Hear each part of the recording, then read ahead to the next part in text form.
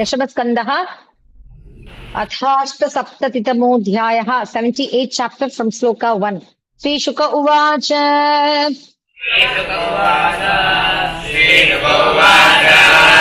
शिशुपालस्य शाल्वस्य पौण्ड्रकस्यापि दुर्मतिः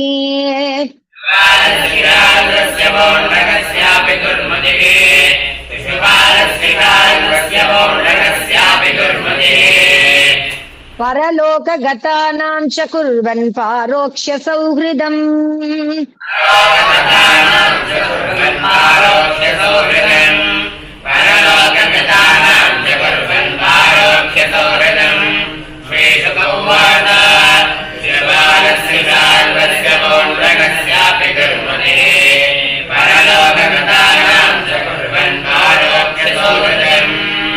एकः पदाति संकृत्तः गदापाणिः प्रकम्पयन्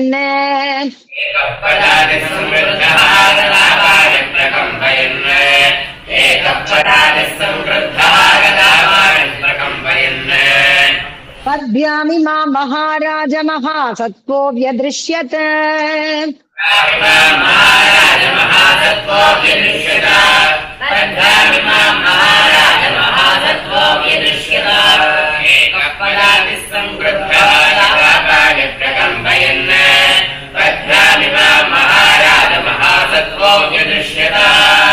तं तथा आयान्तमालोक्य गदामादाय सत्वरः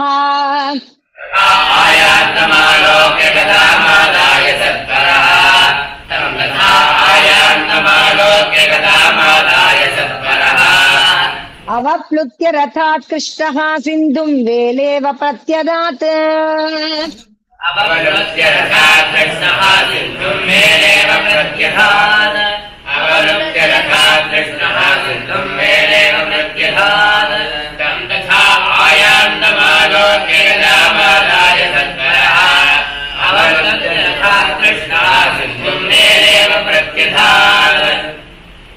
गदामुद्यम्य कारुषो मुकुन्दं प्राह दुर्मदः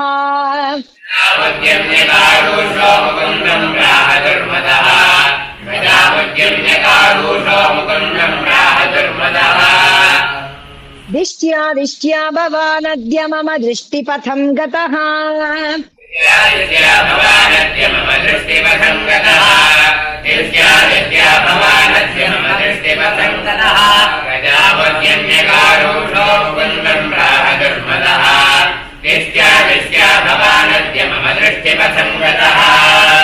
त्वं मातुलेयो न कृष्णमित्रधृङ्मां जिघांससि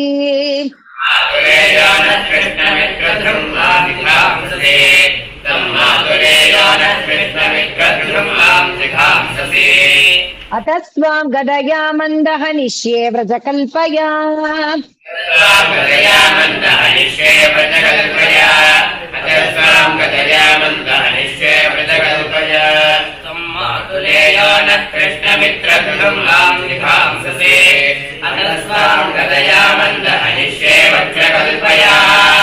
कर्यामन्यम् उपैन्यज्ञमित्राणामित्रवत्सलः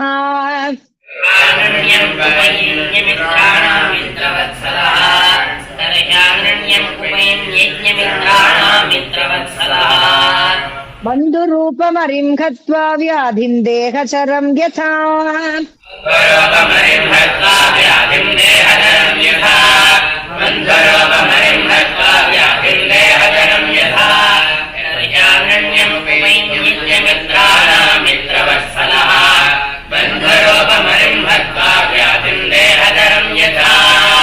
एवं रूक्षैस्तुदन् वाक्यैः कृष्णं स्तोत्रैरिवद्विपम्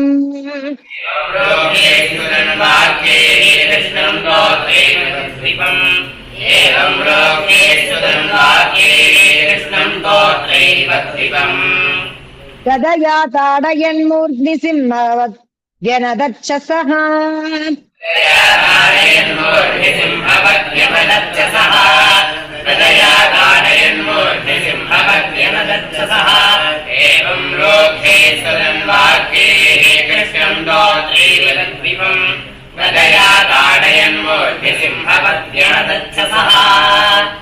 तदयाभिहतोऽप्याजौ न च चालयदूद्वहः विहतोऽप्याजो न च चालयदूद्वहः विहतोऽप्याजो न च चालयदूद्वहः कृष्णोऽपि तमहन् गुर्व्या कौमोदक्यास्तनान्तरे गुर्व्या कौमोदक्यास्तनान्तरे कृष्णोऽपि तमहन् गुर्व्या कौमोदक्यास्तनान्तरे विहतोऽप्याजो न च चालयदूद्वहः कृष्णोऽपि तमहन् गुर्व्या कौमोदक्यास्तनान्तरे गदानिर्भिन्न हृदय उद्वमन् रुधिरम् मुखात् निर्भिन्न हृदय उद्गमन् रुधिरम् मुखात् निर्भिन्न हृदय उद्गमन् रुधिरम् मुखात् न सार्यकेशबाह्वङ्ग्रीन्धरण्याम्यपतद्यसुः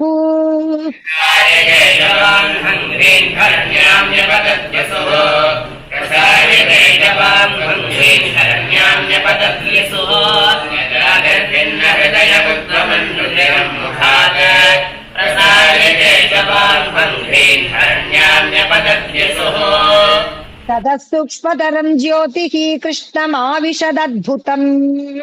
सूक्ष्मतरम् ज्योतिः कृष्णमाविशदद्भुतम् ततः सूक्ष्मतरम् ज्योतिः कृष्णमाविशदद्भुतम् पश्यताम् सर्वभूतानाम् यथा चैर्यवधे नृप सर्वभूतानाम् यथा चैर्यवधे नृप पश्यताम् सर्वभूतानाम् यथा चैर्यवधे नृप ततः सूक्ष्मतरम् ज्योतिः कृष्णमाविशदद्भुतम् पश्यताम् सर्वभूतानाम् यथा चैर्यवधे नृप विदूरस्तु तद्भ्राता भ्रातृशोकपरिप्लुतः भ्रातृशोकपरिप्लुतः विदूरस्तु तद्भ्राता भ्रातृशोकपरिप्लुतः आगच्छत् असि चर्मभ्यामुच्छ्वसन्तज्जिगांसया आगच्छत् असि चर्मभ्यामुच्छ्वसन्तज्जिघांसया आगच्छत् असि चर्मभ्यामुच्छ्वसन्तज्जिघांसया विदूरस्तु तद्भ्राता भ्रातृशोकपरिप्लुतः आगच्छत् असि चर्मभ्यामुच्छ्वसन्तज्जिघांसया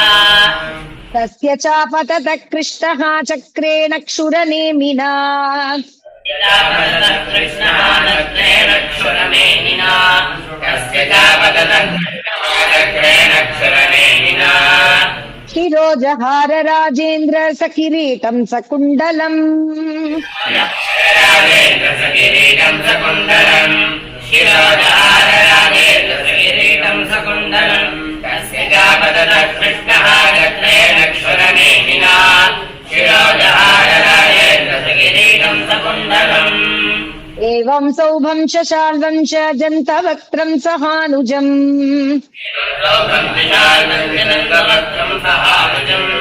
एवम् लोकम् शाल्वम् सहानुजम् हत्वा दुर्विषहानन्यैरीडितः सुरमानवैः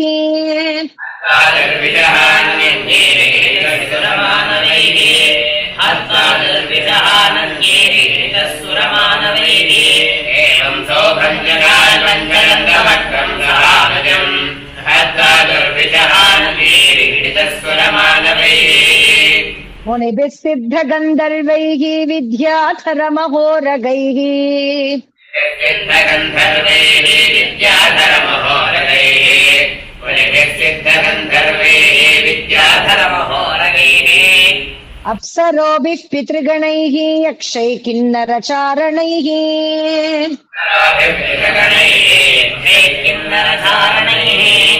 अप्सरोभिः पितृगणैः यक्षैः किन्नरचारणैः मुनिभिः सिद्धगन्धर्वैः विद्याधरमहोरगैः अप्सरोभिः पितृगणैः यक्षैः किन्नरचारणैः उपगीयमान विजयः कुसुमैरभिवर्षितः उपगीयमानविजयः कुसुमैरभिवर्षितः उपगीयमानविजयः कुसुमैरभिवर्षितः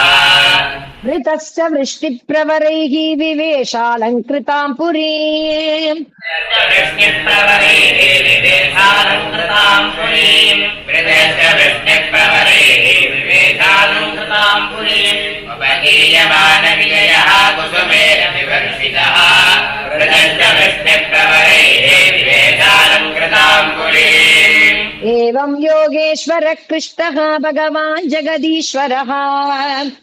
योगेश्वर कृष्णः भगवान् जगदीश्वरः एवं योगेश्वर कृष्णः भगवान् जगदीश्वरः ईयते पशुदृष्टीनां निर्जितो जयतीति सः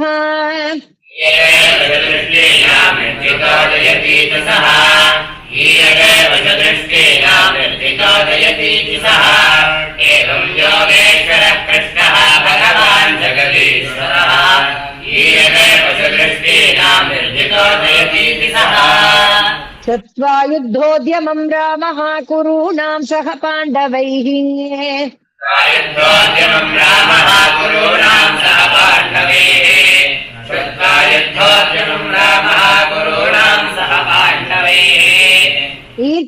तीर्थाभिषेकव्याजेन मध्यस्थः प्रययौ किल तीर्थाभिषेकव्याजेन मध्यस्थः प्रययौ किल तीर्थाभिषेकव्याजेन मध्यस्थः प्रययौ किल श्रुत्वा युद्धोद्यमं रामः कुरूणां सह पाण्डवैः तीर्थाभिषेकव्याजेन मध्यस्थः प्रययौ किल सात्वा प्रभासे सन्तर्प्य देवर्षि पितृमानवान् प्रभाते संवर्प्य देवर्षि पितृमानवान् प्रभाते संवर्प्य देवर्षि पितृमानवान् सरस्वतीं प्रश्रित्रो प्रतिश्रोतं ययो ब्राह्मण संवृतः प्रतिस्रोतर्यो ब्राह्मण संवृतः सरस्वतीं प्रतिस्रोतं ययो ब्राह्मण संवृतः प्रभाते संवर्प्य देवर्षि पितृमानवान् सरस्वतीं प्रतिस्रोतं ययो ब्राह्मण संवृतः ऋतूदकं बिन्दुसरः त्रितकूटं सुदर्शनम् बिन्दुसरः कृतकोपं सुदर्शनम् ऋतोदकं बिन्दुसरः कृतकोपं सुदर्शनम् विशालं ब्रह्मतीर्थं च चक्रं प्राचीं सरस्वतीम् ब्रह्मतीर्थं च चक्रं प्राचीं सरस्वतीम् विशालं ब्रह्मतीर्थं च चक्रं प्राचीं सरस्वतीम् ऋतोदकं बिन्दुसरः कृतकोपं सुदर्शनम् विशालं ब्रह्मतीर्थं च चक्रं प्राचीं सरस्वतीम् यमुनाम् अनुयान्येव गङ्गामनुज भारत अनुयान्येव गङ्गामनुज भारत यमुनामनुयान्येव गङ्गामनुज भारत जगामनैमिषं यत्र ऋषयः सत्रमासते रामणैमिषं यत्र ऋषयः सत्रमासते जगामनैमिषं यत्र ऋषयः सत्रमासते यमुनामनुयान्येव गङ्गामनुज भारत जगामनैमिषं यत्र ऋषयः सत्रमासते तम्मागतम् अभिप्रेत्य मुनयो दीर्घसत्रिणः आगतम् अभिप्रेत्य मुनयो दीर्घसत्रिणः सम्पागतम् अभिप्रेत्य मुनयो दीर्घसत्रिणः अभिनन्द्य यथा न्यायम् प्रणम्य उत्थाय च अर्चयन् यथा न्यायम् प्रणम्य उत्थाय च अर्चयन्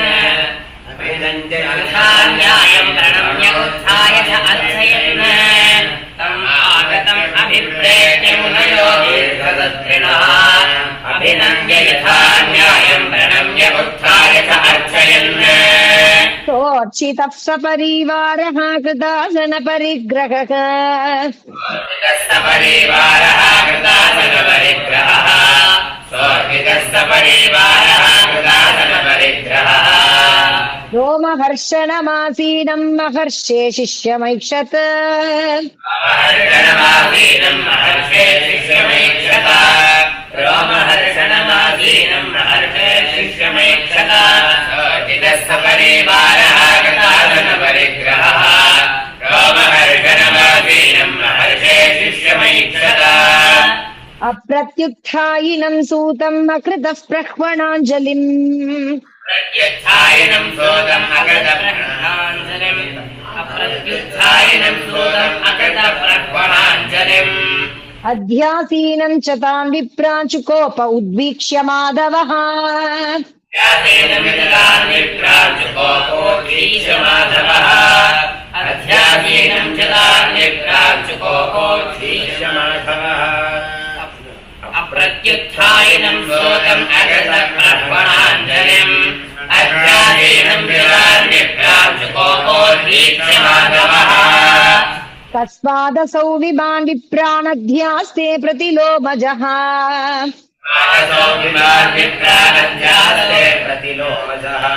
कस्मादसौ विमान् विप्रानध्यास्ते प्रतिलोमजः धर्मपालान् तथैवास्मान् वदमर्हति दुर्मतिः धर्मपालान् तथैवास्मान् वदमर्हति दुर्मतिः धर्मपालान् तथैवास्मान् वदमर्हति दुर्मतिः कस्मादसौ विमान् विप्रानध्यास्ते प्रतिलोमजः धर्मपालान् तथैवास्मान् वदमर्हति दुर्मतिः ऋषेर्भगवतो भूत्वा शिष्योऽधीत्य बहूनि च भगवतो भूत्वा शिष्योऽधीत्य बहूनि च भगवतो भूत्वा शिष्योऽधीत्य बहूनि च स इतिहासपुराणानि धर्मशास्त्राणि सर्वशः इतिहासपुराणानि धर्मशास्त्राणि सर्वशः स इतिहासपुराणानि धर्मशास्त्राणि सर्वशः भगवतो भूत्वा शिष्योऽधीत्य बहूनि च स इतिहासपुराणानि धर्मशास्त्राणि सर्वशः अदान्तस्य विनीतस्य वृथा पण्डितमानिनः विनीतस्य वृथा पण्डितमानिनः अनार्कस्य विनीतस्य वृथा पण्डितमानिनः न गुणाय भवन्ति स्म नटस्येवाचितात्मनः गुणाय भवन्ति स्म नटस्येवाजितात्मनः न गुणाय भवन्ति स्म नटस्येवाजितात्मनः अदान्तस्य विनीतस्य वृथा पण्डितमानिनः न गुणाय भवन्ति स्म नटस्येवाजितात्मनः एतदर्थो हि लोकेऽस्मिन्नवतारो मया कृतः एतदर्थो हि लोकेऽस्मिन्नवतारो मया कृतः एतदर्थो हि लोकेऽस्मिन्नवतारो मया कृतः वध्या मे धर्मध्वजिनः ते हि पातकिनोऽधिकाः मे धर्मध्वजिनः ते हि पातकिनोऽधिकाः वध्या मे धर्मध्वजिनः ते हि पातकिनोऽधिकाः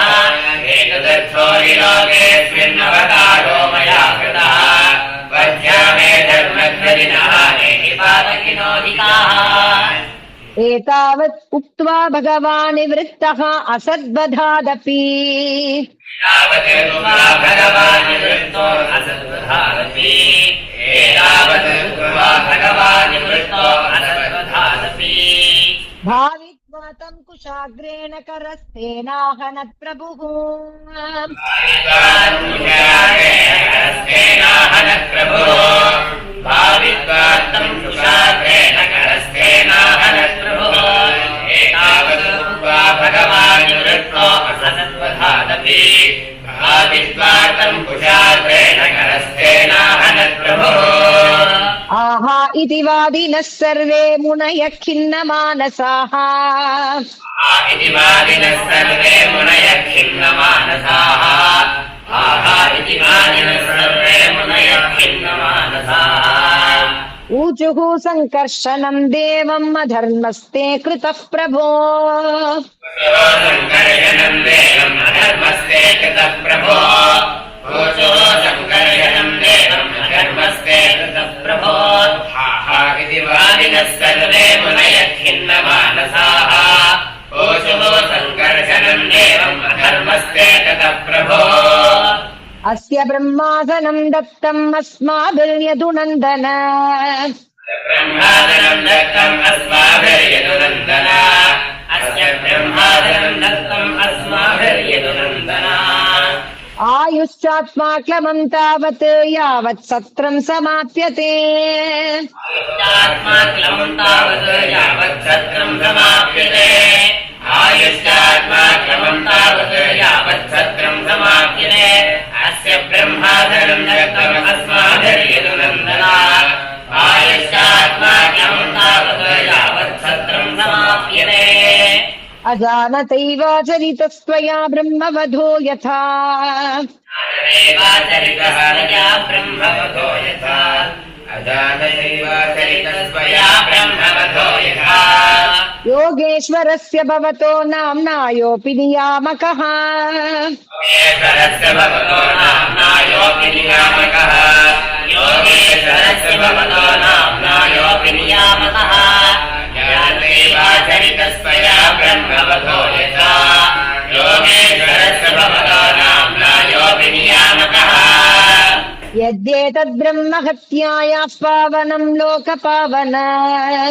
एतद्ब्रह्महत्यायाः पावनं लोकपावन यद्येतद्ब्रह्महत्यायाः पावनं लोकपावन करिष्यति भवान् लोकसङ्गतो अनन्यचोदितः चरिष्यति भवान् लोकसङ्ग्रहो अनन्यचोदितः चरिष्यति भवान् लोकसङ्ग्रहो अनन्यचोदितः यद्येतद्ब्रह्महत्यायाः पावनं लोकपावन करिष्यति भवान् लोकसङ्ग्रहो अनन्यचोदितः श्रीभगवानुवाच श्रीभगवानुवाच करिष्ये वद निर्वेशं लोकानुग्रहकाम्यया निर्वेदं लोकानुग्रहकाम्यया निर्वेदं लोकानुग्रहकाम्यया नियमः प्रथमे कल्पेयावान् स तु विधीयताम् प्रथमे कल्पेयावान् स तु विधीयताम् नियमः प्रथमे कल्पेयावान् स तु विधीयताम् श्रीभगवानुवाच करिष्ये वद निर्वेदं लोकानुग्रहकाम्यया नियमः प्रथमे कल्पेयावान् स तु विधीयताम् दीर्घमायुः बतैतस्य सत्त्वम् इन्द्रियमेव च दीर्घमायुः बतैतस्य सत्त्वम् इन्द्रियमेव च दीर्घमायुः बतैतस्य सत्त्वम् इन्द्रियमेव च आशासितं यत्तद्ब्रूत साधये योगमायया आशासितं यत्तद्ब्रूत साधये योगमायया आशासितं यत्तद्ब्रूत साधये योगमायया दीर्घमायुः बतैतस्य सत्त्वम् इन्द्रियमेव च आशासितं यत्तद्ब्रूत साधये योगमायया ऋषय ऊचुः अस्त्रस्य तव वीर्यस्य मृत्योरस्माकमेव च वीर्यस्य मृत्योरस्माकमेव च अस्त्रस्य तव वीर्यस्य मृत्योरस्माकमेव च यथा भवेत् वचः सत्यं तथा राम विधीयताम् भवेत् वचः सत्यं तथा राम विधीयताम् तथा भवेत् वचः सत्यं तथा राम विधीयताम् ऋषय ऊचुः अस्त्रस्य तव वीर्यस्य मृत्योरस्माकमेव च यथा भवेत् वचः सत्यं तथा राम विधीयताम् श्रीभगवानुवाच श्रीभगवानुवाच आत्मा वै पुत्र उत्पन्न इति वेदानुशासनम् आत्मा वै पुत्र उत्पन्न इति वेदानुशासनम् आत्मा वै पुत्र उत्पन्न इति वेदानुशासनम् तस्मादस्य भवेद्भक्त आयुः इन्द्रियसत्त्ववान् तस्मादस्य भवेद्भक्त आयुः इन्द्रियसत्त्ववान् तस्मादस्य भवेद्भक्त आयुः इन्द्रियसत्त्ववान् श्रीभगवानुवाच आत्मा वै पुत्र उत्पन्न इति वेदानुशासनम् तस्मादस्य भवेद्भक्त आयुः इन्द्रियसत्त्ववान् किं वक्कामो मुनिश्रेष्ठा ब्रूताहं करवाण्यथा कामो मुनिश्रेष्ठा भूताहं करवाण्यथा किं वक्कामो मुनिश्रेष्ठा भूताहं करवाण्यथा अजानतस्तु अपचितिं यथा मे चिन्त्यतां बुधाः अजानतस्तु अपचितिं यथा मे चिन्त्यतां बुधाः अजानतस्तु अपचितिं यथा मे चिन्त्यतां बुधाः किं वक्कामो मुनिश्रेष्ठा भूताहं करवाण्यथा अजानतस्तु अपचितिं यथा मे चिन्त्यतां बुधाः ऋषय ऊचुः